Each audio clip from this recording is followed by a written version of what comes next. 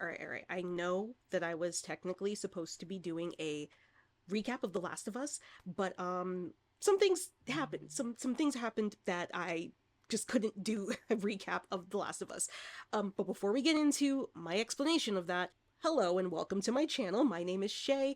I make content about horror movies, horror TV shows, horror video games, and theme parks because I live in Central Florida and I feel like it would be a crime not to. And if you're not new here, thank you so much for coming back. Yeah, so I was supposed to have a Last of Us recap on Monday, and that didn't happen. And there's like three reasons it didn't happen. The first reason, my best friend has moved back to our, not hometown, but moved back to our town. So I was spending some time with her and having fun, getting that, we went out to eat on Sunday. It was nice. The other reason is my computer was having some weird issues. All three of my computers, my work computer, my gaming computer, and my like recording computer, I know that makes me sound like I'm bougie, but I've had the recording computer for like over a decade now, and the gaming computer was a gift. So um but yeah, all three computers have been having so many issues, and normally I would blame that on the planets. If you know, you know, but there's no planets, and well, there's one planet in retrograde, but it ain't the one that affects the technology. And the other thing was I also had trivia on Sunday night. I did trivia with a friend of mine for I believe they're a YouTube account called Why We Love Horror.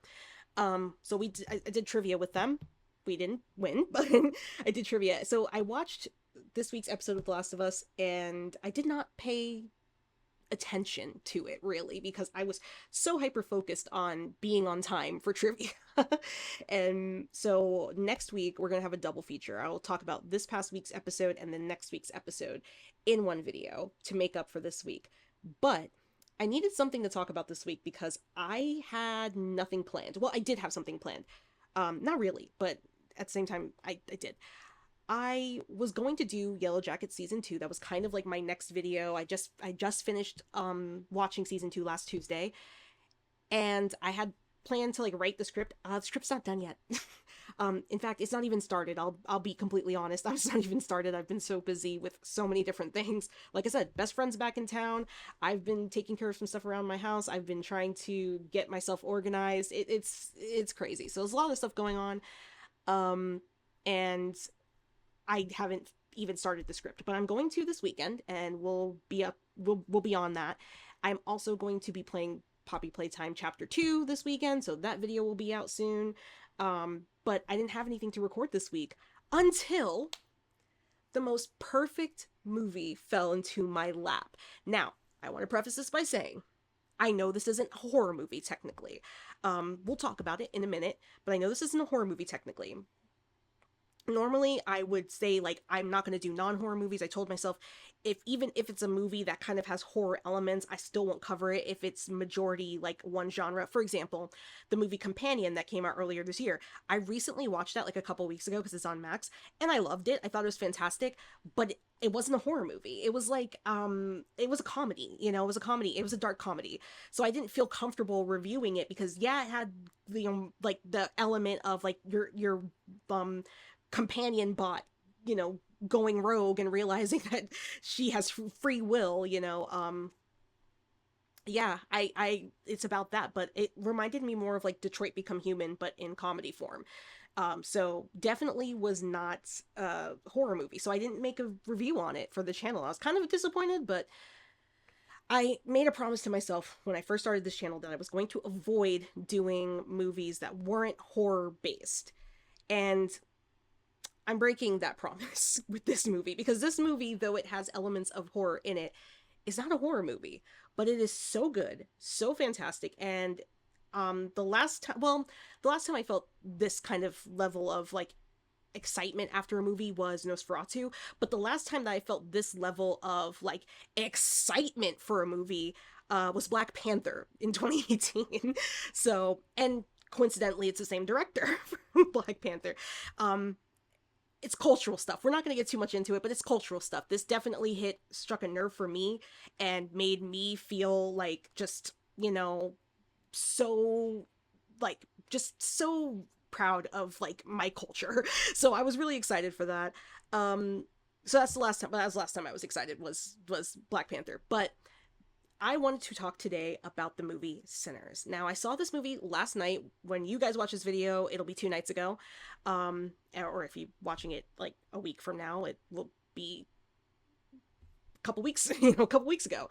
I watched this movie last night, and I gotta say, it is the top contender for 2025. It is going to be a hard movie to beat in all genres. In all genres. Like, it's going to be impossible to beat for me.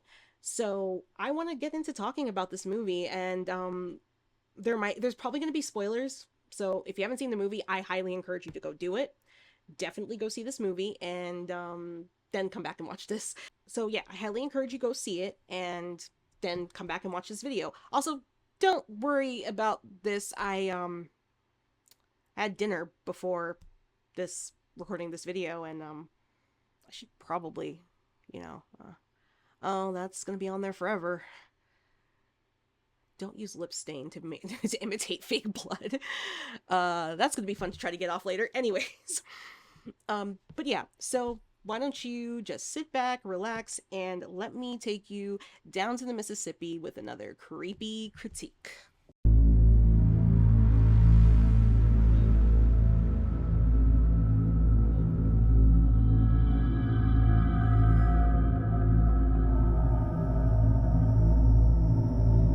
I just looked at the Wikipedia page for this, and it classifies this as a horror movie.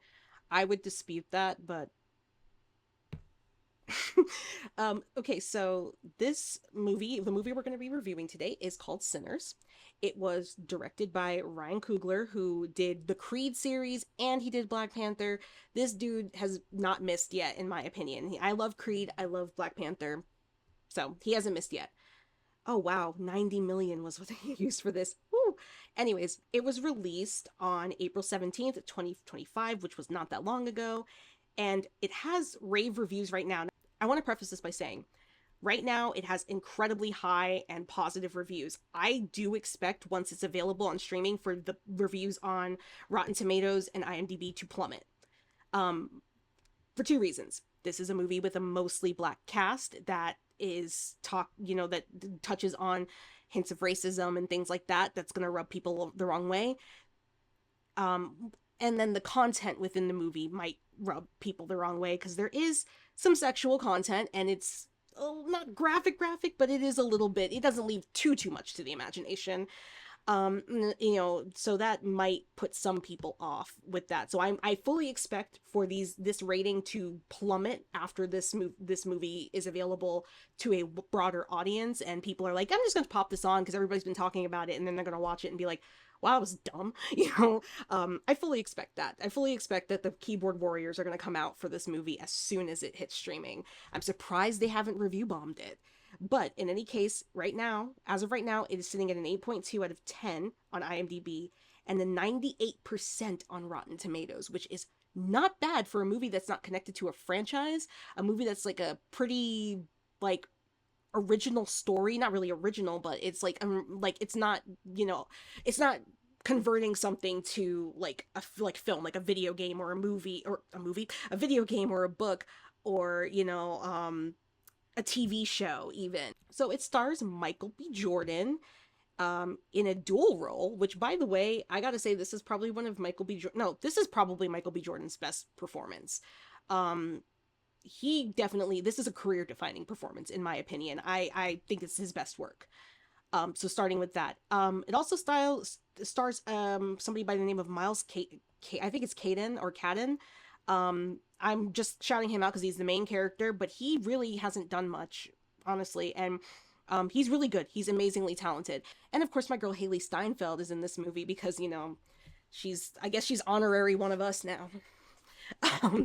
So yeah, no, I love Haley Steinfeld. I could go on and on about her. I think she's just awesome. But in any case, this movie is, getting a lot of buzz online. A lot of people are talking about it. A lot of people are telling people to go see it. I've seen a few people on TikTok, which, by the way, I don't listen to people on TikTok. When I go on TikTok and I open my video, and I know this is entirely hypocritical, and absolutely aware of this, and I don't mind you guys calling me out for this. But when I open my TikTok app and I see a video of somebody going, I don't mean to be like that guy, but like, I hated this. I'm like, who are you? I don't care. I don't care that you didn't like this. Like, you're no one of like importance to me. Like, you're not a creator I follow. You're just like a random person that's just telling me how much you hate something I love because I've been looking at videos of this. So, yeah, I do that a lot of times. Now, granted, I have made videos like that. I made one on my TikTok many years ago, not many years ago, it was like 3 years ago, about Barbarian, and I was asking people, why the hell do you like this movie? And I'm sure people scrolled through and they saw Barbarian hate and were like, nah, I ain't listening to them. So again, I understand it's hypocritical, but it is something that I definitely do, like, I don't like to see, because again, I don't really, if I don't follow you, if you're not a creator that I've like willingly engaged with, I really don't care about your opinion. Like, I don't care. You're not somebody to me that I'm going to trust with a movie review. I guess that's what it boils down to. I don't know your content. I don't know what your taste is. I don't know what your thought process is. So I really don't care what you think. And I'm not even willing to hear you out because you've already dogged on something that I like. So I'm just saying that. But yeah, no, it is getting a lot of buzz, and I am like, I was super excited to see this. Now, this is a first for me when it comes to any movie. I went into this movie completely blind. The only thing I knew about this movie was that there were vampires in it. It was the only thing I knew, and that was because somebody I saw on Threads, somebody made a comment about one of the scenes in the movie, and they said the word vampire. And I was like, oh, okay, so there's vampires. I knew nothing about this movie. Didn't know the time period it was set in. I didn't even see a trailer for this movie. And so when me and my best friend decided we were going to go see this, I was like, I am not going to look at anything. I'm going to just go in. I'm just going to go in and let it take me on a ride, which was actually kind of nice. As much as I like watching movie trailers, I think that nowadays movie trailers kind of ruin movies. They kind of show way too much and do way too much. There was one trailer we saw for a movie last night. I cannot even remember it. It was a horror movie though. And they showed like the entire movie in like the trailer. And the Thunderbolts trailer. Like, I felt like when I saw the Thunderbolts trailer, I felt like that was the entire movie. So I kind of liked that, and I think in the future I'm gonna try to do that with horror movies more often, because going into this blind was amazing, and it made it such a unique experience. I did the same thing kind of with Smile 2, but I don't really count that because because Smile 2 was basically Smile 1 but with like really good music. So it wasn't anything that I was like, oh yeah, like it's gonna be a complete surprise to me. That doesn't count. But this was a movie that I went into blind. I had no idea what I was going into, and I am so glad for that. I was ready to take it in. It's also a movie like that my sister's not a big horror fan, but she tries to watch some of the more popular horror movies nowadays. Some of them she can't do, like she doesn't like them, but others she does really enjoy. She said she got tricked into seeing this, and she texted me afterwards and she was like, have you seen Sinners yet? And I was like, no. She's like, you need to go see it. So my sister saying that was like, all right, if my sister, who doesn't really like horror, is telling me to go see this movie, I need to go see it. Now, granted, I do want to say off the top, this movie is not a horror movie. In my opinion, Sinners is like a lot of different genres. It has elements of comedy, first of all, it's a period piece. It's a period piece. It takes place in the 1930s. Second of all, it's got elements of comedy, it's got elements of action, it's got elements of horror. It's even got musical, like, song and dance musical elements, which feels so natural because of the setting that they're in. Which is why I don't think it would put off people that don't like musicals, because they're in a setting where the whole point of like the singing is like it's just people getting on stage and performing randomly. And I think that was cool, but I mean, they were all actually singing and performing in the movie, so I was like, yeah, this is like a musical. Basically, it had all of these elements, even had a little bit of romance, and had a little bit of like romance and all that. Okay, we got that. So I don't feel like it's a movie you can boil down into one genre. Of course, it says that it's a horror movie. I would argue that just because it has vampires in it doesn't make it a horror movie. It's kind of like how people consider Interview with a Vampire a horror show, and I'm like, I love that show, but the only thing horrifying about that show is how much toxicity these vampires have. Like, they're so drama filled. That's the scariest part of that whole show. So yeah, I'm gonna try to go over some points in the movie. I'm not gonna say I remember everything verbatim, but I'm gonna try to go over some points in the movie. And like I said, there's gonna be spoilers, so if you haven't seen the movie, I'd suggest you go to your theater, watch the movie, and then come back here. So, the movie actually opens up with a story, like a legend, and it's talking about how there are certain people in this world that they play music or sing or perform, and they can call the ancestors, basically. They can pull people from time to them. Now, I don't know what the lore is there, but I don't know much about that legend. Maybe I've got to look into it, but so there's certain people, and they kind of set the scene that we are going to be following somebody like this.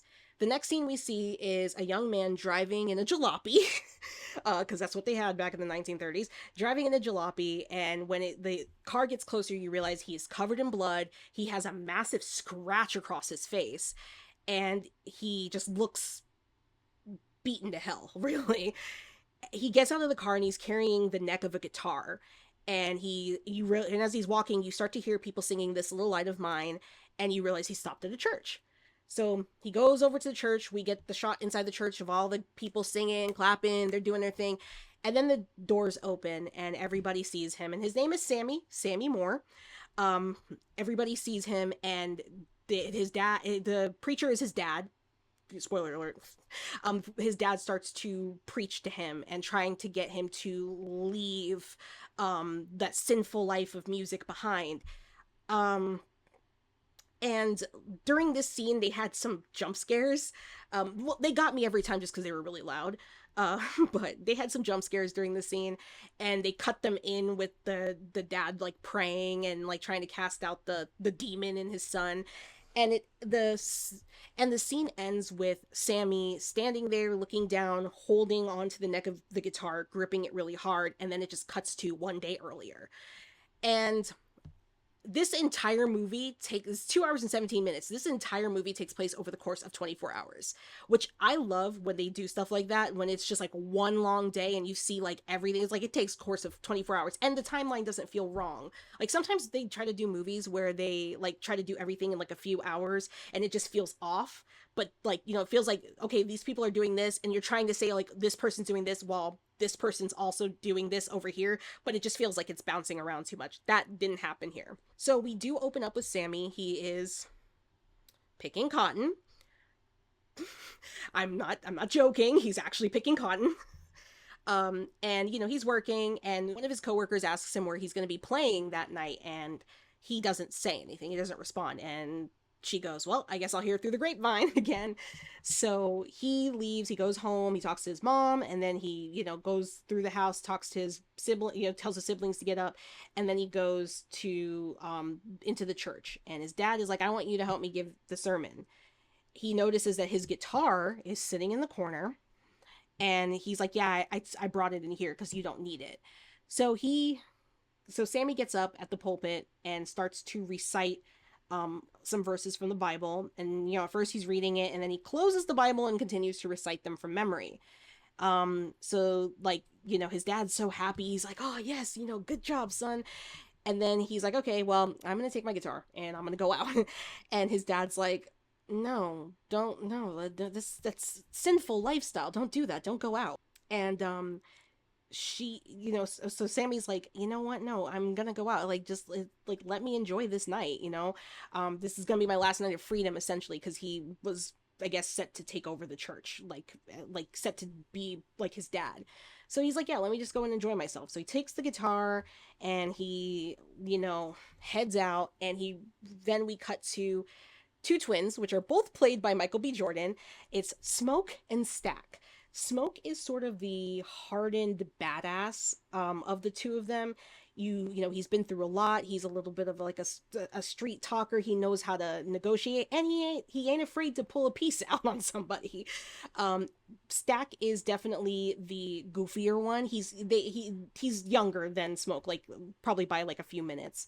um so Stack is more like the goofier one. He's the ladies man, he's the playboy. And he's, you know, he's the jokester of the two of them. He has like a more of like a charisma. He has more charisma than Smoke does. Like Smoke is not really going to bring in a crowd because he's just very hard, you know, straight laced. Whereas Stack, he kind of like, he can talk to people, he knows what to say to talk to people. So Sammy goes and meet. So like before that, they go and they buy this old rundown farmhouse, and they're planning on turning it into a juke or a club. If you know, if you don't know what a juke is, a club. And of course they're buying it from a white owner, and things get a little tense, and they all kind of start reaching for pieces. And then they give the guy money, and they're like, yeah, no, we'll take it. And the guy was like, okay, you know. And then they said something about, if we see any of your clan buddies, and you should know what clan I'm talking about if you're in America. If we see any of your clan buddies cross the line over to our territory talking about the farmhouse, like, we'll kill him. That's what they said. They're like, we'll kill him. And so that's foreshadowing. That's foreshadowing. They end up leaving. They end up going and getting Sammy, and they decide they're going to throw this big grand opening party that night, and they got to gather the whole crew up. And they're back from Chicago, so everybody's shocked to see them. So they have this truck with all of the supplies, and they like, Smoke says, I'm going to take the truck into town. I'm going to talk to some of our old friends and see if we can get some, you know, get some people going for tonight. And then Stack was like, okay, I'm taking Sammy, and we're going to go look for entertainment. So, starting with Smoke's section, the smoking section, he drives into town, he parks his car, he talks to this little girl, and he tells her that he'll pay her to watch his truck, basically. So sit in the truck and press the horn if somebody comes. So she's like, okay, yeah. And she's like, oh, I get paid, you know, awesome. So he goes into this kind of like a corner, almost like a corner store. And he goes in there, and he starts asking the girl behind the counter, you know, where her dad is. And her dad's name, I believe the character's name is Bo, if I remember. He comes out, and he's like, oh, I haven't seen you in so long. And he's hugging him. And then his wife comes in, Grace, and she's like, you know, super excited to see him and everything. And he tells them, you know, we're you know, throwing a juke. We need catfish for at least 100 people, and we need a sign. And you know, he's like telling them all this, and they're like, like, by tonight? And then he's like, yeah, by tonight. While he's doing all of that, he hears the horn for his truck. He goes out there, and two guys are rooting through the back of the truck. So he pulls out his piece, and he just blasts one of the guys in the kneecap. And the guy, they know each other. And he's just like, they start talking. They're like, what are you doing? Like, why are you messing with my truck? He's like, I didn't know it was your truck. And so he's like, you know, talking about how he's in so much pain. And then the other guy was standing off to the side. So Smoke blasts him too in the knee. And then he goes in and pays for their medical care, which is really nice. He inflicts the wounds, and then he goes and gives them the couple money, and he's like, make sure they get taken care of. I'm like, you can't just be doing that to people. So he gets them rounded up, and then he ends up going to a house in the middle of nowhere, and he's um standing at a he's standing at like a grave, and you can tell it's the grave of a baby, because it looks like a baby hand on like a rock or something. And he's talking about how much he misses the child. And then his girl Annie comes out, and she sees him, and she's like, oh, okay, you're back, and you haven't, like, we haven't talked or anything like that, but you're back. Now Annie is really into I guess witchcraft. I guess voodoo. Like, she's like very into voodoo. Like, it's Louisiana Bayou, like, voodoo. Um I guess that's what she was doing, because they didn't really like clarify that, but I guess because they talked about mojo bags, that sounds like voodoo to me. Um so it's clear that they were in a relationship, and that the relationship fell apart after the death of their son. They talk. He kind of tells her that he wants her to come tonight. She at first is resistant, because again, she like is mad that he left her with everything that happened to them. And then they kind of talk. He tells her that he misses her and he loves her. They reconcile physically. And then after they reconcile physically, they they go off to the juke. Meanwhile, Stack and Sammy are driving down the road heading to the train station so they can look for some talent. The first thing is that Stack asks Sammy, play something for me. So he starts playing a song and he starts singing, and it's just beautiful. Like, he's so good. And, like, Stack is just looking at him like, oh my God, I didn't know you could do all that. He's singing, he's playing that guitar. I mean, he's wailing on that guitar. It was so good. And so then he's like, Stack's like, we're going to make a lot of money tonight, you know? So then they get to the train station and he goes over to this guy playing a harmonica who's very, very drunk. And he gives him some money, and then we find out the guy's name is Slim, and they know each other. And he starts kind of bargaining with Slim. He's like, hey, we're opening a club tonight. We'd really love it if you came and played opening night. And he's like, I got a steady gig elsewhere. I'm not, I'm not interested. And he's like, you say you're going to pay $20 a night tonight, or $20 tonight, but are you gonna pay $20? Can you pay $20 tomorrow or the next day? Like, he's like, I gotta, this place has been here for years, and I've been like their performer for several years. Like, I know the money's good. So basically, like, he knows the money's good here. He doesn't want to take the risk to go to a new place. And then Stack throws in a beer, an Irish beer, a beer that he's never had before. So he throws in a beer, and when he throws in that beer, Slim takes a sip of it, and it rocks his world. It rocks his world. He's just like, all right. Like Stack goes, I'll pay you $20 for tonight, which, obviously that was big money. I'll pay you $20 for tonight and all the Irish beer you can drink. And Slim's like, I will be there.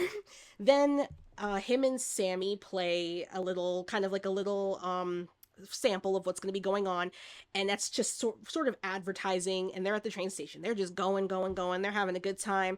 And they finish playing, and like they're like, okay, yeah, we're gonna go, we're gonna get ready to leave. But then Sammy runs into this girl, and so I shouldn't say girl, a woman, and they start talking, and he's flirting with her. Her name is Perline, but we don't learn that yet. He tells her that he knows that she could, he's heard she could, from people, that she could sing, and she's like, he's like, you should come to the juke tonight. And she was like, no, like, I don't know about that. And then he starts kind of again flirting with her, and she's like, settle down, I'm married. And he's just like, oh, okay. And then he, like, she like kind of is like, oh, bye, she calls him everybody calls him preacher boy, so she's like, bye, preacher boy, and she leaves. And then he notices that there is a woman, a white woman, staring at him and Stack. And she's just staring at them like like just wide-eyed, staring straight at them. So he goes over to Stack. He goes, there's a white woman watching us. And Stack's like, what? And he turns around and he recognizes her.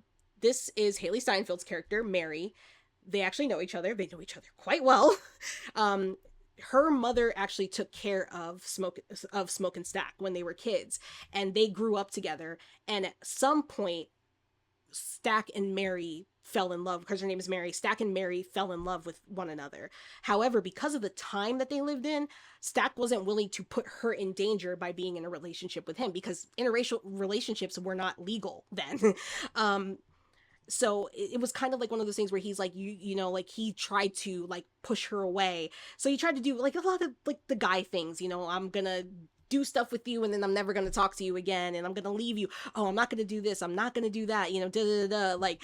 And she catches him there, and she's just kind of like, oh, my mother passed away, and I didn't see you guys at the funeral. You guys didn't send any flowers. Like, it's like she didn't even raise you. And then he's just like, he doesn't know what to say. And then he's just, he tells her that, he's done with her, and then she leaves. Him, Sammy, and Slim head off, and then they go to the cotton fields. And when they get to the cotton fields, they meet a character by the name of Cornbread. Now, that is a hell of a name. I love Cornbread. I love the Cornbread, the food, and Cornbread, the character. So Cornbread is, he's out in the fields, he's picking cotton, and Stack is like, hey, we need somebody to watch the door for tonight at our club. And at first he's like, I gotta work, my wife is pregnant, like, I don't have time for that. And so then, like, Stack starts saying some inappropriate stuff about his wife, and then his wife kind of like Cornbread's wife kind of goes like, well, how much money are we talking? And then the next scene it cuts and Cornbread's in the car with them, so you can imagine it was probably good money for that time period.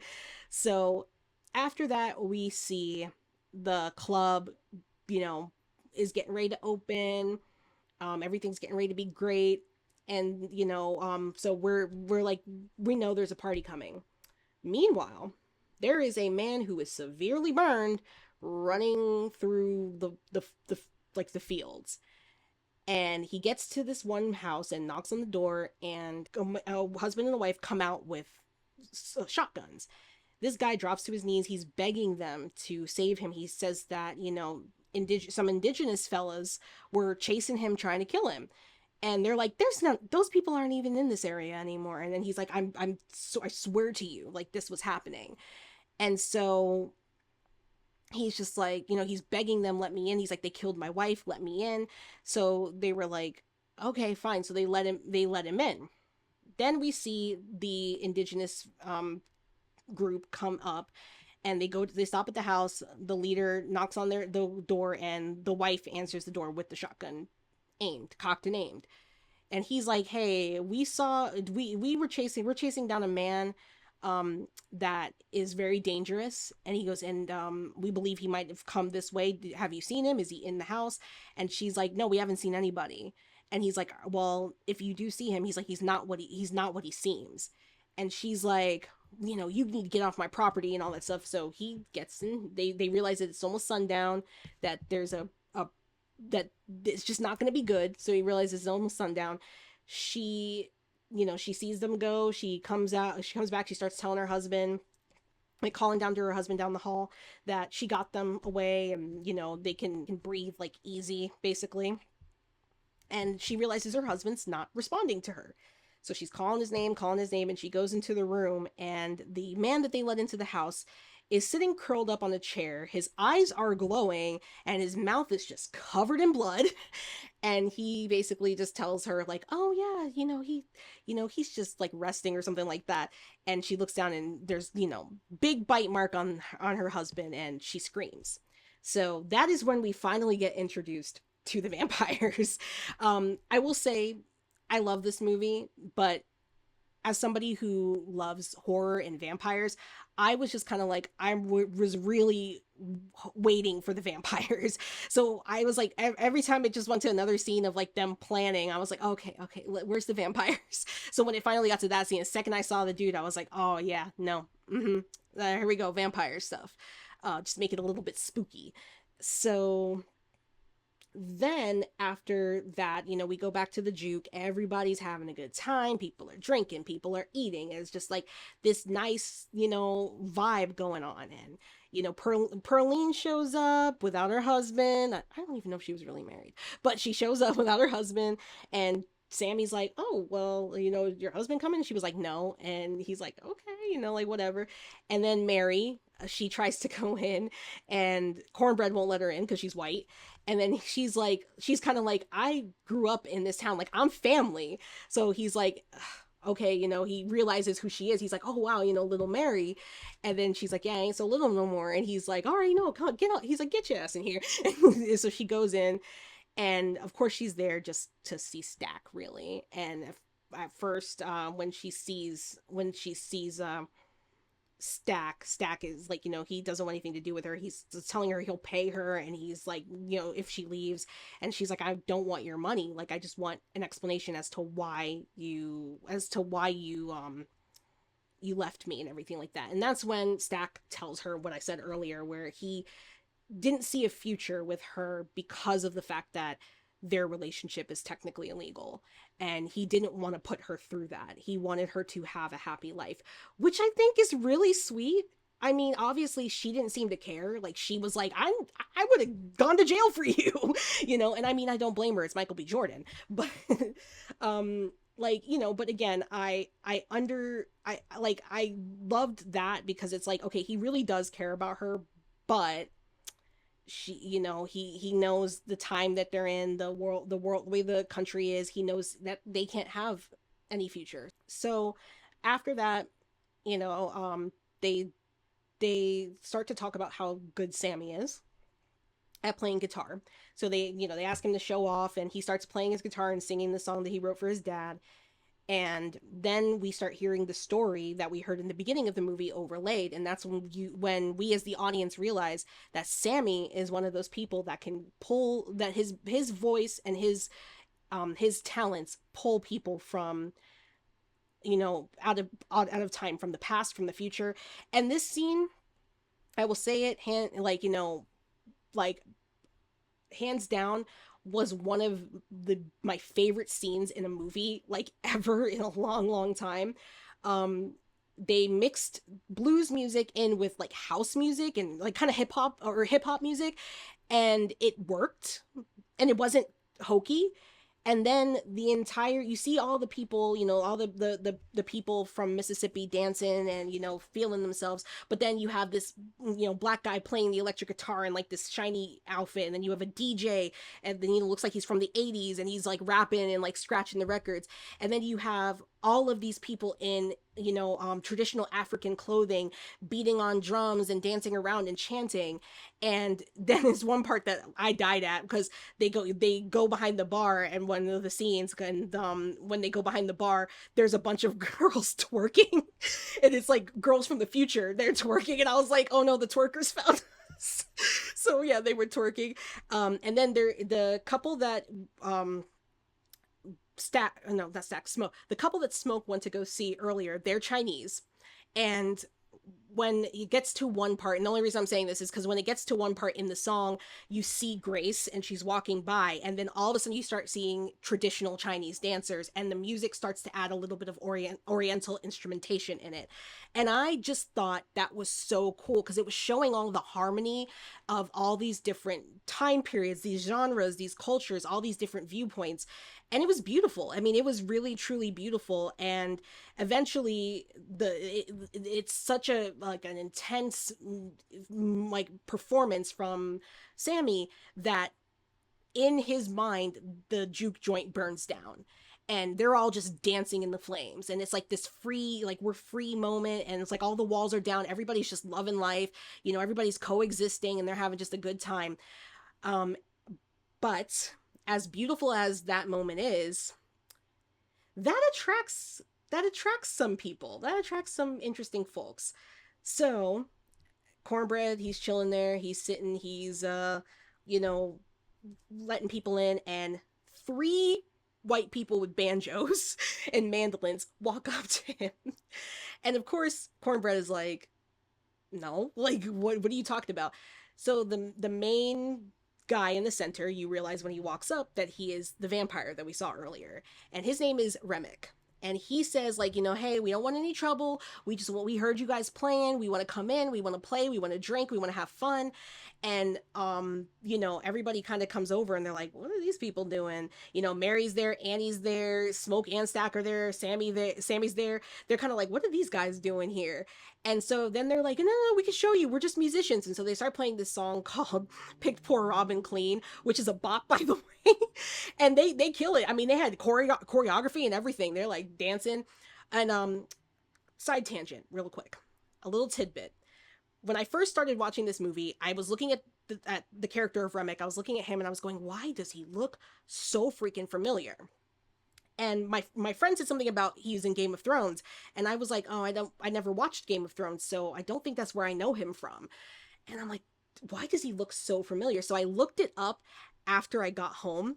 And I don't know, this might be niche for some people that are watching this video, but I don't know if you guys have ever seen Skins, from the UK. It is a TV show about like teenagers' lives, and it is bonkers. Like, the stuff that happens in that show is bonkers. He played one of my favorite characters in Skins. So I was stunned. I was like, the character's name is Cook, and I'm gonna say it right now, Cook is incredibly problematic. So if you do decide to watch Skins UK, Cook is incredibly problematic. But I had a love-hate relationship with this character. I thought he had his moments where he was really, really loyal and really, really sweet. And he did care, but he had weird ways of showing it. And then he had moments where he was just an absolute jerk. So I was just like, and I hadn't seen this guy in a long time, not since I watched Skins. And like I said, I never watched Game of Thrones, so I didn't know he was in Game of Thrones. So when I realized that it was Cook from Skins, I was like, oh my god. I was like, well, he killed it. He was so good in this movie. So hats off to you, Jack O'Connell. You tore it up in this movie. But anyways, I just had to do this side tangent because that was something for me that really made me happy. And I don't really have many people I can share that with because nobody in my real life has ever watched Skins except for my best friend. Like that's the only person I'm like, Skins, and they're like, what are you talking about? um, it's listen, if you can handle teenagers doing wild things, it's a really good show to watch. I highly recommend it. The only thing that's interesting about that show is that every 2 seasons they change casts, and his cast is the third and fourth season. So yeah, but there's a lot of drugs, there's a lot of fornication, there's actual brutal crimes that happen. So yeah, be prepared for that. Nicholas Hoult is also in that show. He was in season 1, and his story is crazy in that show. So anyways, done talking about Skins. I just had to get that off of my chest because I needed somebody else to hear this. So you guys get to hear that. It's subjecting you to this. Well, anyways, back to Remick and his new band of vampires. Cornbread, like Smoke and Stack are like, nah, we can't let these guys in because like like we don't know them, and like I think one of them says like, we let you, oh no, they didn't say it to them, but they do say at one point like, what if we let them in, and I think it was Stack that said it, we let them in and somebody spills a drink on them or steps on their foot, like how do we know this is not going to bring in trouble, which I completely understood their side of it. um it was funny because Remick does say we're all for equality. And I will say this, I'm not going to go too far into it just yet, but I agreed with a lot of the stuff Remick was saying. I agreed with it, and I absolutely would have just walked outside. I would have just walked outside. I'd be like, all right, I'm joining y'all. So then after that happens, they go inside, and then Smoke had informed Stack that they were actually hemorrhaging money. Like, they were not doing well.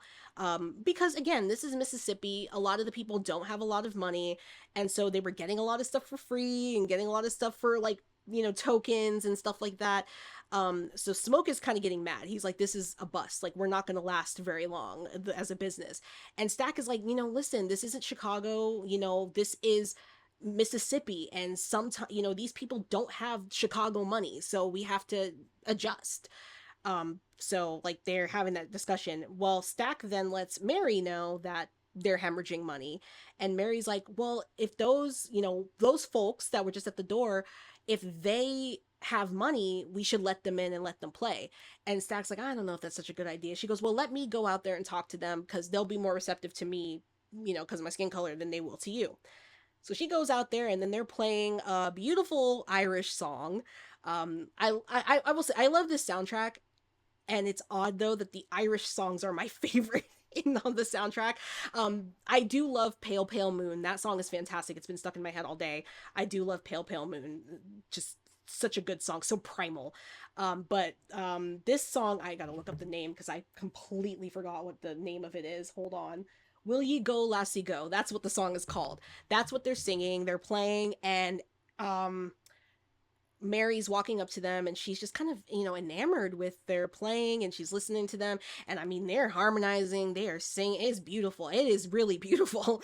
And so she's like, she tells them that, she's really, happy. She really liked that song. It was really good. And she tries to convince them to, like, we're going to let you guys in. And then she realizes that they're acting kind of strange. And then she realizes that Remick's eyes are glowing and he's drooling. Yeah, Remick's eyes are glowing and he's drooling. So then she kind of says something, and then she realizes something's off with them. So she gets up, she starts trying to walk away, and as she's walking away, you see Remick like literally flying up off the ground towards her, and then the scene cuts. Go back inside the juke joint, everybody's having a good time. That's when Pale Pale Moon, that's when Pearline gets on stage and tears it up. That's when she gets on stage and destroys it. And Mary comes back in, and she is just sauntering. She's swiveling her hips, and she's acting like that's the spoiler I saw. It was like, it was like on TikTok. I was like Haley Steinfeld as Mary after she got turned into a vampire, and it was like somebody walking in like like all sexy, and I was like, yeah. And after I saw the movie, I was like, yeah, that's pretty much what she did. She was swiveling her hips, and she walks up to Stack. She drops these gold coins in his hand, and he's just like, "Where'd you get this?" And she's like, "Oh, they gave it to me," stuff like that.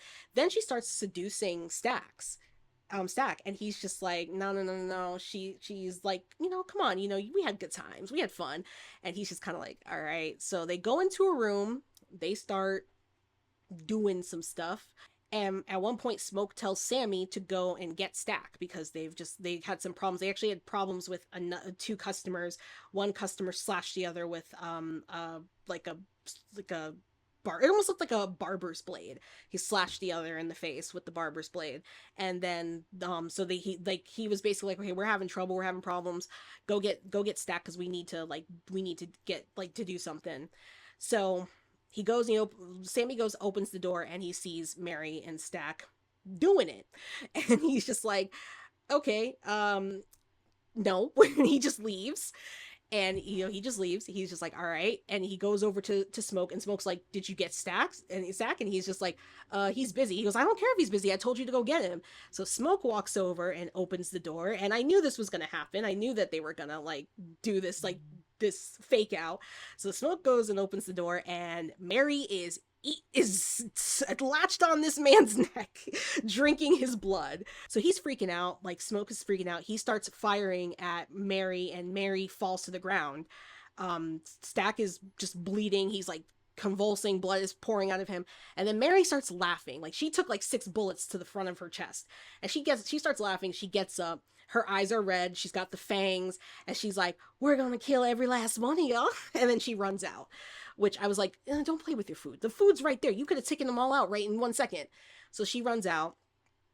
And then there's this emotional scene where Smoke is holding Stack, and Stack is dying, and Sammy's beating himself up because he's like, if I had just interrupted them, Stack would still be alive. And so after a while, they're just like, okay, we gotta get everybody out of here. The party's over. So they come out and they say, hey guys, I think it was Slim that comes out, and he's like, yeah, the party's over, go, get out. Oh, I forgot to mention, because this actually happened before Stack got killed.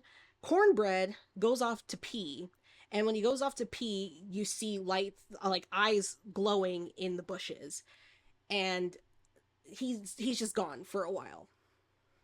So Slim comes out, tells everybody they got to go. They all leave, and all the people leave and everything like that, which in my mind I was like, that's not going to be good. And I was right, but we'll get to it. So then the few people that are left there, it's Grace, Bo, they're telling them yeah, Stack is dead. Mary killed him. And they're all like, oh my gosh, they're freaking out. So what do we do? So then Cornbread comes back. And they go over and all of a sudden, they realize, okay, Cornbread's back. Something's not right, because I think at that point they, Smoke realized, Smoke told Annie that Mary took 6 bullets to the chest, got up, was laughing, her eyes were glowing, and Annie's like, okay, yeah, this is something, this is something other that's evil. So when Cornbread comes back, he is really, really adamant about being let inside. He just keeps saying, why don't y'all let me in? I could help you with, I could help you with Stack. Let me in. And they're like, why can't you've been in and out of this door all night? Why can't you just come in? He goes, no, you got to let me in. Just let me in. He starts getting really agitated. So then he asks for his money. Basically, he's done. So, Smoke goes to give him his money, and as soon as Smoke reaches his hand out, Cornbread grabs it and tries to bite his arm, and they yank it away. And so of course Cornbread is a vampire now. So they're like, okay, yeah, we can't leave. And as they're realizing they can't really leave the club, they hear banging on the door in the room where Stack died. So they're like, what the heck is that? They go over, and a knife comes through the door. And then they hear Stack talking. And Annie's like, that is not your brother. Your brother died. And Smoke, of course, is like, oh, no, no, it's my brother. That's my brother. And she's like, no, that is not your brother. Like, your brother is dead, so whatever that is, it's not him. And he's like, oh, no, no, you know. And so then Sammy goes over to the door, and all of a sudden the door blows open, and Stack just runs and starts trying to attack everybody. He's a vampire too, which, you know, I was like, surprise, surprise, he's back on his feet.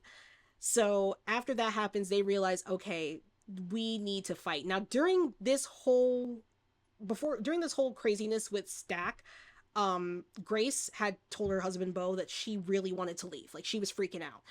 And he was like, okay, I'm gonna go bring the car around. And he left. And he did not come back. So she's freaking out. She's like, I need to go. I need to find my husband. My husband's out there. And they're like, no, you're not leaving. Like, they're like, you can't leave, because if you go out there, you know, it's gonna be bad.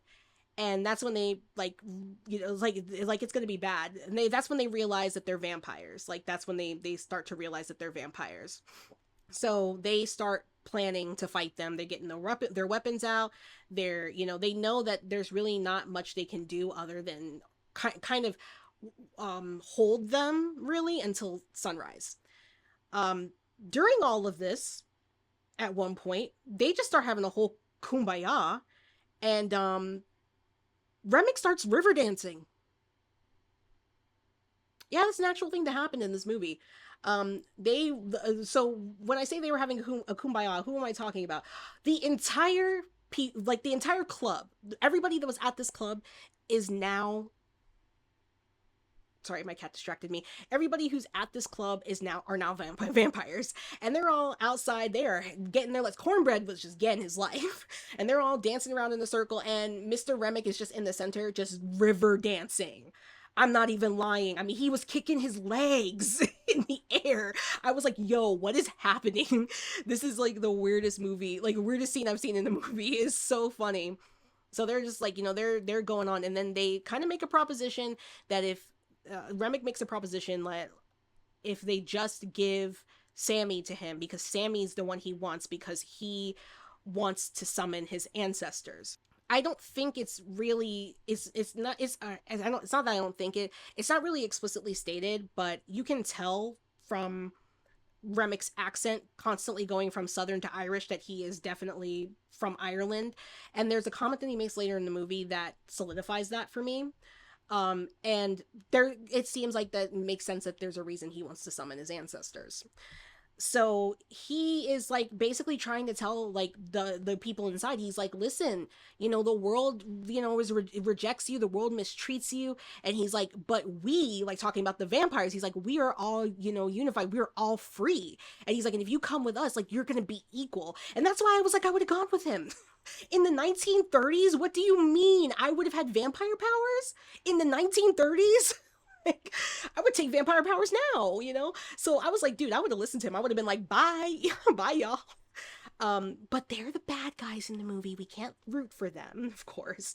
So, after that happens, you know, they start, like I said, they start making their weapons, and there's, you know, they're making steaks, all this other stuff, and then they, pass around a thing of garlic.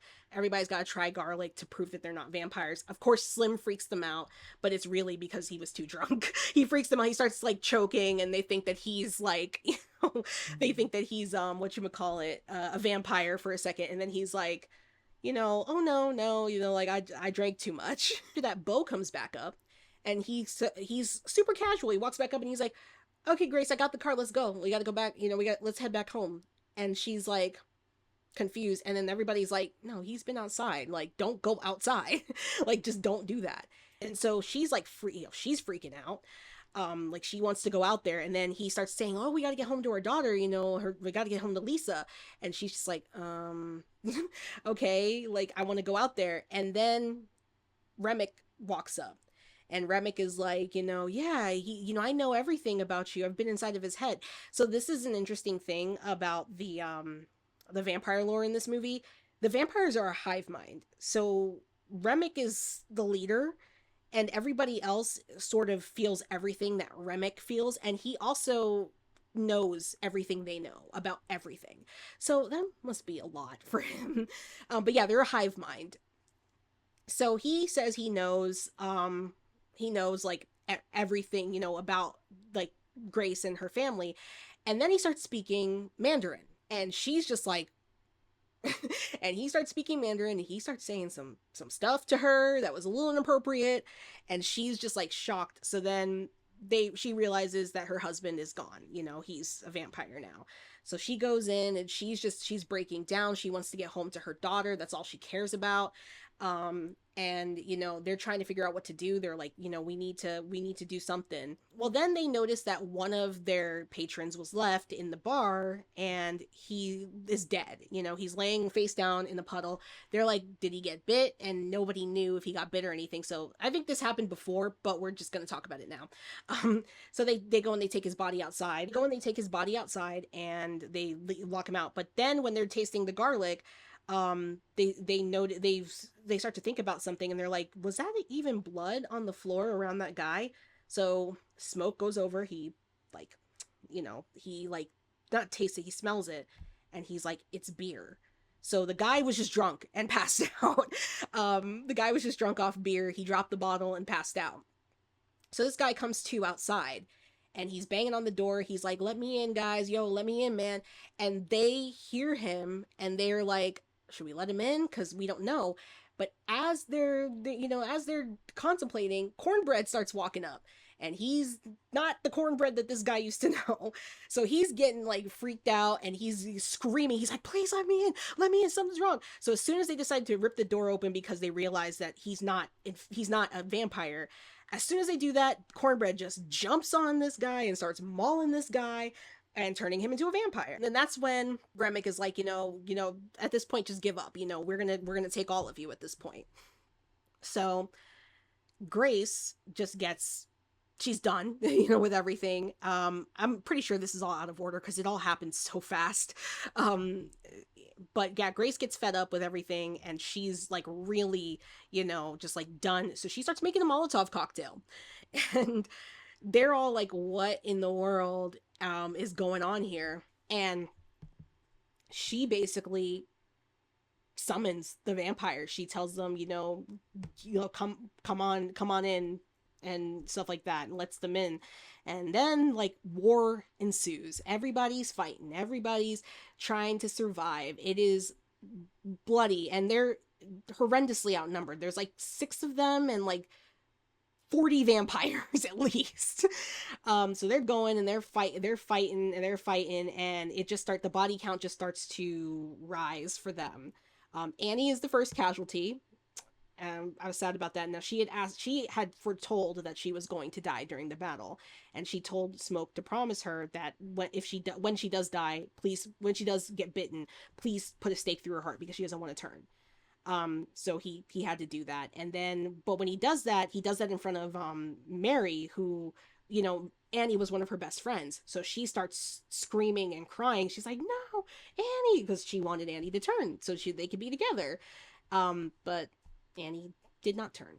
Grace is actually I lied. Grace is technically the first casualty, because she throws the Molotov cocktail. She goes out to kill one of the vampires, and she just lights on fire. So she dies by fire. Then we have Annie. Annie gets bitten. After that, they're trying to figure out how to get out, what they're gonna do, and Slim sacrifices himself. And he tells them to go upstairs to figure out a way to get out of the club, and he stays downstairs and lets the vampires take him out. They get upstairs, and it's just Smoke, Sammy, and Perline left. It's just those 3 left. So they get upstairs, and they're all like freaking out. They don't know what to do. Of course, the vampires follow them upstairs. Stack gets up there, and there's just fighting going on. Perline, of course, gets bitten, and she turns as well. And so Smoke just finally looks at Sammy. He's like, take the guitar and run. So Sammy jumps out the window, and Smoke continues fighting his vampire twin brother. And then when Stack goes to bite him, he can't get to him. And it was because of the fact that Annie had made a mojo bag for him to protect him from harm. So he wouldn't die. As Stack is trying to bite him, it's like a force is holding him back. So then Smoke's like flips him over, and he gets the stake like he's gonna stab him in the heart, but we don't see if he does or not. So Sammy's running. He gets into the river. He starts trying to, do his thing. And here comes Remick. And he is like, grabs Sammy, and Sammy starts praying. And when he's praying, Remick joins him in the prayer, and then Remick says, you know, they forced this prayer on my ancestors. And I was like, oh yep, he's Irish. I'm like, oh yep, he's definitely Irish. He's like, yeah, they forced this prayer on my ancestors. And he keeps, telling Sammy that they're running out of time. He can join them and all this other stuff. And he's just like, Sammy's like, no. So eventually, Sammy just takes his guitar and just smashes it in his head. And he had this big metal cog in the guitar. It was like psh, right in his head. Every vampire feels it. That's there. They all are grabbing their heads and screaming and crying. And so then he's just like, he's so mad and he's ready to just kill Sammy. Meanwhile, the sun is coming up. He's ready to kill Sammy, and then all of a sudden he gets staked from behind, and that's because of Smoke. Smoke staked him in the back. And when he gets staked from behind, all of the other vampires feel the pain. They're like, oh, oh. And then at that moment, the sun comes up, and every vampire starts to burn, including Remick. And Remick burns for the longest, and then he floats up into the heavens, really. This night is over. Smoke and Sammy are battered, bruised, and he tells Sammy he needs to get out of here because he has something to take care of. And so Sammy's like, okay, he takes Stack's car, and then we get back to the point that we started at in the movie when he gets to the church. But then, remember when I said that Smoke told the guy that sold them the farmhouse, if any of your clan buddies show up, I'm gonna kill them. Well, they show up. And so they think there's nobody there. They're gonna burn down the club, do acts of vandalism to make a point. And Smoke is chilling in the bushes with a sniper rifle. And he just starts taking these guys down, and it's such a great scene. He's just taking every single guy down. And then at the end, he does get shot in the side. And he's like, okay, he knows he's gonna die. The guy that sold him the farmhouse is like, like he asked the guy, he's like, can I have a cigarette? And then the guy like calls him the N-word. And then he basically is like, like like you're on the ground and like I've got a gun. So he gives him a cigarette, he tries to light it, and then he falls to the ground. And as he's sitting there, he looks over to his side, and Annie's there with their son breastfeeding him, and he realizes he's dying. And so she's talking to him, and he says that she says that she won't give him the baby unless he puts the cigarette out. And so this man, half pretty much between worlds at this point, between life and death, had to get one more round off. He blasted the guy. He just shoots him all up to make sure he can't get up. And then he puts the gun down and he holds the baby, and that's when you know that he's gone. So it was a beautiful moment. That's, Smoke, got to be with his family, got to be with his girl and their baby. So it's a beautiful, beautiful moment. Sammy, like I said, we go back to Sammy getting to the church, and we're back at the scene where his dad is hugging him and telling him to please stop sinning, and telling him to put the guitar down. Now, my thought process was he was going to like hit his dad with the guitar, well, not the guitar, but the guitar neck, or anything like that. I was kind of getting that vibe in the beginning of the movie, but then it cuts to him driving off, and he just left. Fast forward to 1992.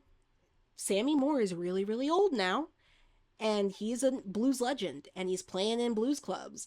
And it's like, it worked out for him. Everything that, they all told him it wasn't going to work out for him, and so he shouldn't do it.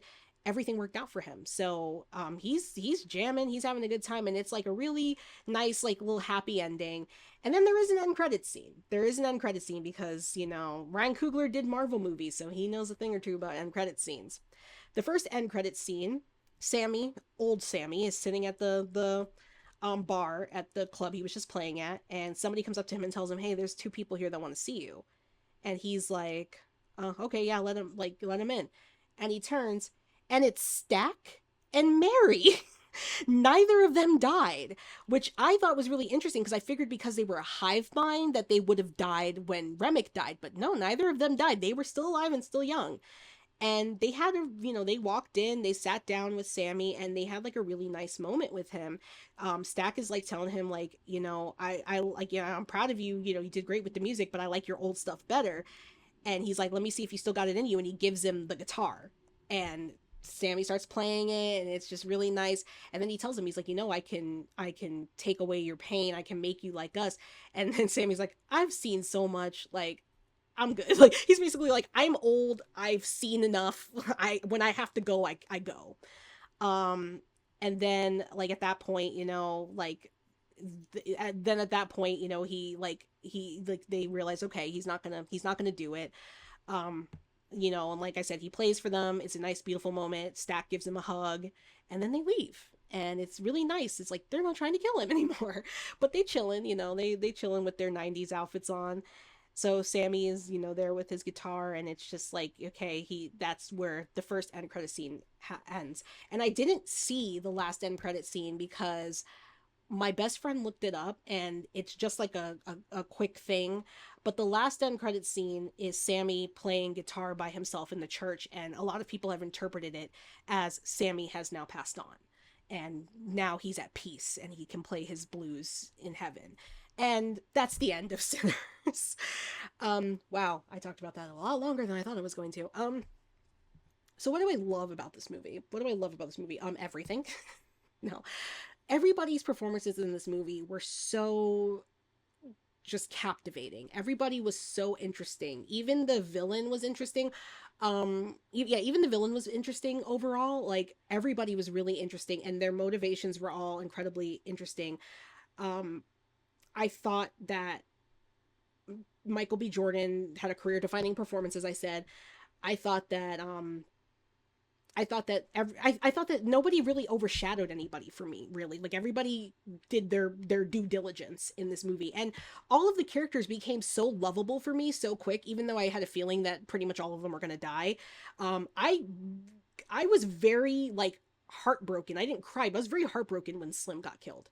I really liked Slim. I really liked Slim. But they really did, make you get attached to these characters really quickly, because they had so much personality. They were so fleshed out, and they had so much personality, and that's why, everybody's personalities was different, but it was just like, these are people. You almost just see them as regular people, and this is just their lives. Which I liked. I loved that element of that in this movie. The soundtrack is phenomenal. Like I said earlier in this video, they actually did all the singing on set. So that is awesome. And everybody in the movie that sang actually sings. So, when you hear, like, what you call it, Miles Caton or Catton, I don't know how you say his last name, I'm so sorry. When you hear him singing, that's him. And he's got a voice. That's all I can say. He's got a beautiful voice. I did think it was a little odd that they included a song by Haley Steinfeld on the soundtrack, even though she doesn't sing in the movie. But I was like, I feel like they kind of were like, well, we can't have you in here since you had a hit song in like 2016. We can't have you in here and not have you sing because you had a hit song in 2016, which, by the way, Starving is still a bop in 2025. Fight me. So, everybody did really well. So the soundtrack's phenomenal. The visuals are fantastic. The cinematography was great. They never miss. Again, they never miss. The story was really captivating, and again, because it was so contained, it was contained within 24 hours of one single day. That really, like, made the story kind of move along at a good pace, but also not speed through. You got to know the characters, you got to know their motivations, you got to see their personalities, you got to get a little bit attached to them, and then you got to see all of the chaos and terror unfold. So overall, those are the things I like about it. My biggest complaint about this movie: the villain is not very fleshed out. I will say that's kind of where they dropped the ball. It almost feels like they were like, okay, he's a vampire. I feel like there was so much more story with him because of him being Irish. Not that sounded so weird saying that. Okay. Um there's a lot of his, I mean, every country, culture, everybody has their history.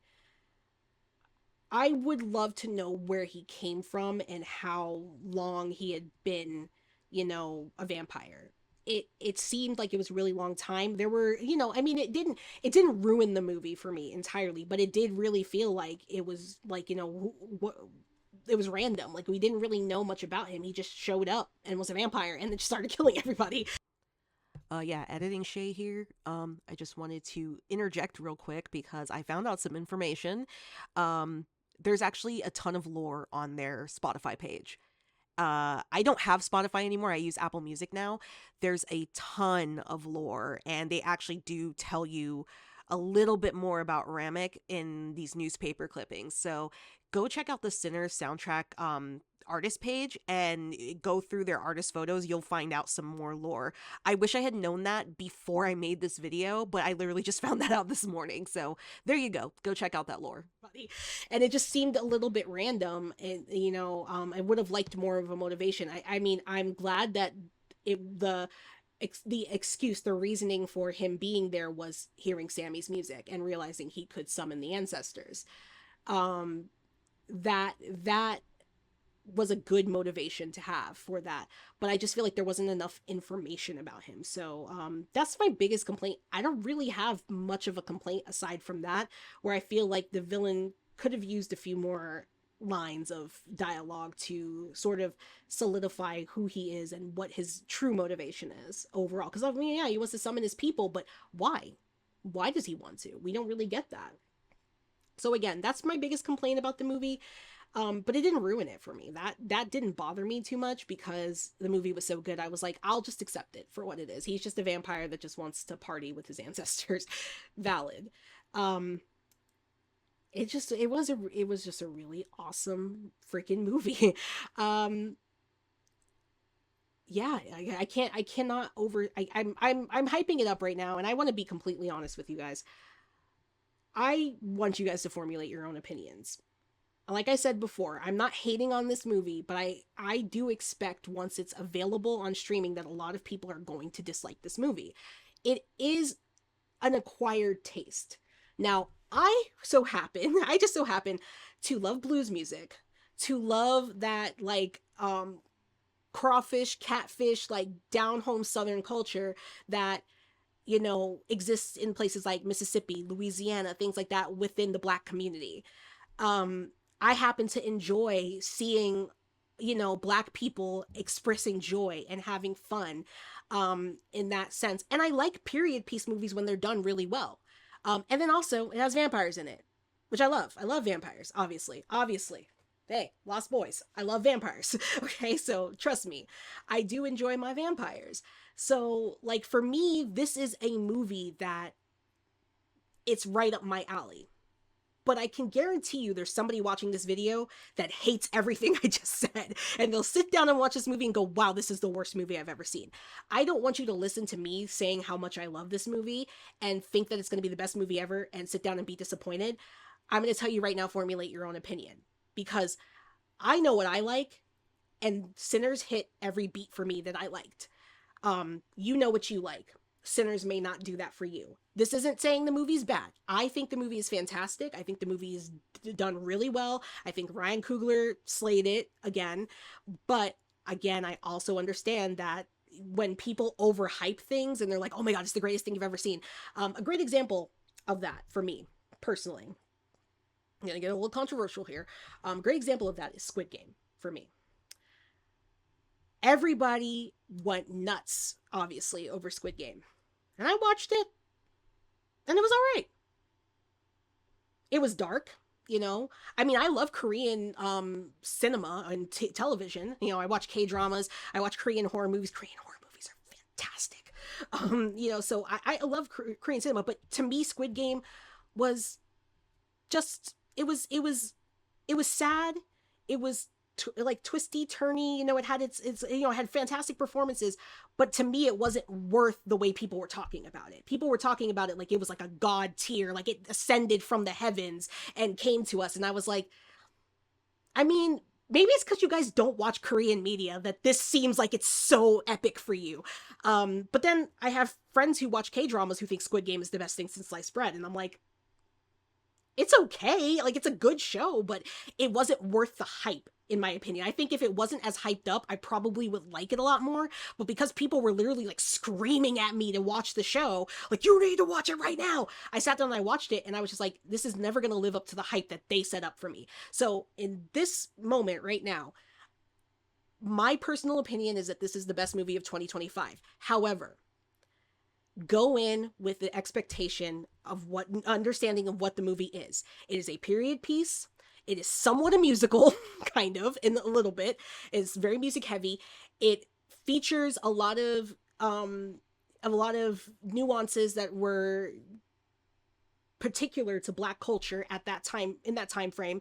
The villain isn't very fleshed out, so it could be frustrating to see the villain that, you know, and you might not even like vampires, you know, you might be like, oh, I didn't even know there were vampires in this movie.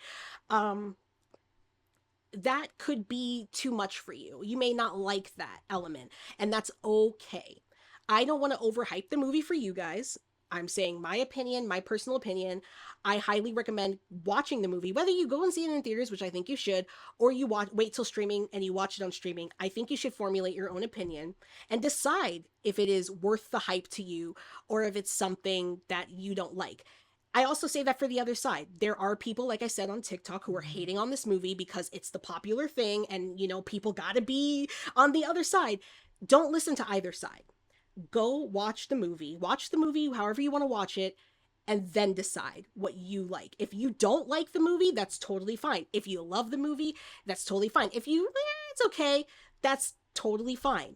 But don't let the internet tell you what to feel about it. I'm sorry I'm getting preachy, but don't let the internet tell you how to feel about something. And that's kind of why I was so happy with this film, because I didn't watch any reviews, I didn't watch any trailers, I didn't want to know anything. I didn't even read on social media what people thought of this movie. The only frame of reference I had was my sister texting me, freaking out about how good the movie was. And then actually, one of my other friends, she was like, oh, I hear you, I know you like horror, I remembered you like horror, have you seen Sinners yet? And I was like, no. And she's like, I've heard it's really good, you should go check it out.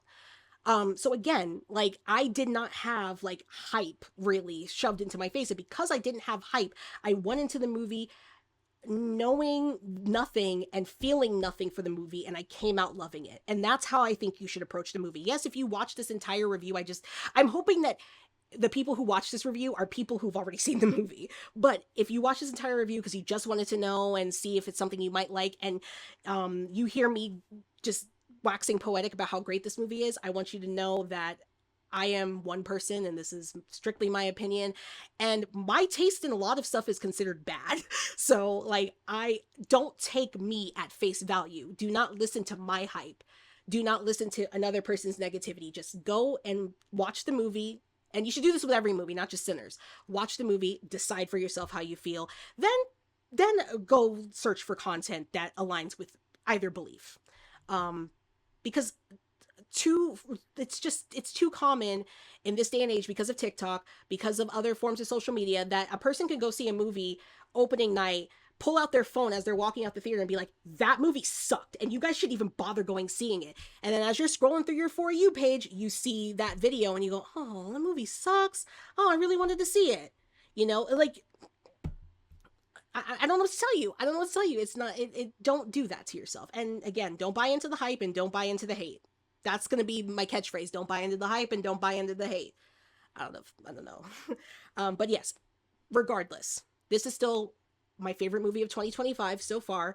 I don't know how it's going to be beaten. I am basically looking at every single movie, and that's not even just horror movies. I'm looking at every single movie that I want to see this year and going, all right, what do you got for me? Because there's a lot of movies that are non-horror that I'm excited for. Like, I am excited for Thunderbolts. I haven't really been excited for anything Marvel related until Thunderbolts was coming out, because I love Florence Pugh and David Harbour. I love them so much. So I definitely am going to go see that. I'm excited for the Lilo and Stitch live action remake because it actually reminds me of the cartoon from the trailers. And I'm really excited for the How to Train Your Dragon movie now, because my brother said that people who got pre-screening said it was amazing. So I'm really excited for How to Train Your Dragon. I love How to Train Your Dragon. When I get to go to Epic Universe, you guys will see how much I love How to Train Your Dragon. So again, there's a lot of movies I'm excited for. There are, Final Destination Bloodlines comes out next month. Take Her Back. I forgot about that movie. It's coming out soon. 28 years later, which I got to sit through 28 Days and 28 Weeks Later, which, granted, those are both fantastic movies, but yeah, there's things in those movies I don't really like very much, but I'll sit through it because I want to see 28 Years Later there. And then of course we've got Megan 2.0, we've got the Black Phone 2, which I haven't seen anything of that. I don't know if it's coming out this year or next year.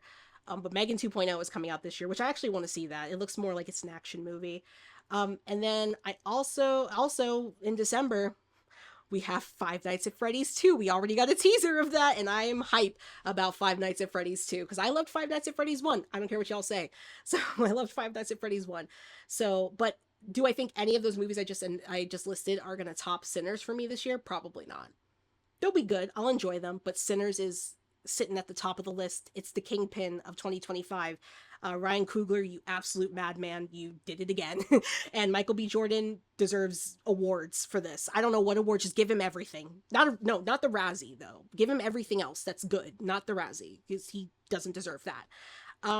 What do I give the Skull rating? I'm gonna give a Skull rating that I don't hand out very often. I'm gonna give it 5 out of 5 skulls. Because that's how much I love this movie. I don't hand this rating out very much. I don't even remember what the last 5 out of 5 was. Was it Nosferatu?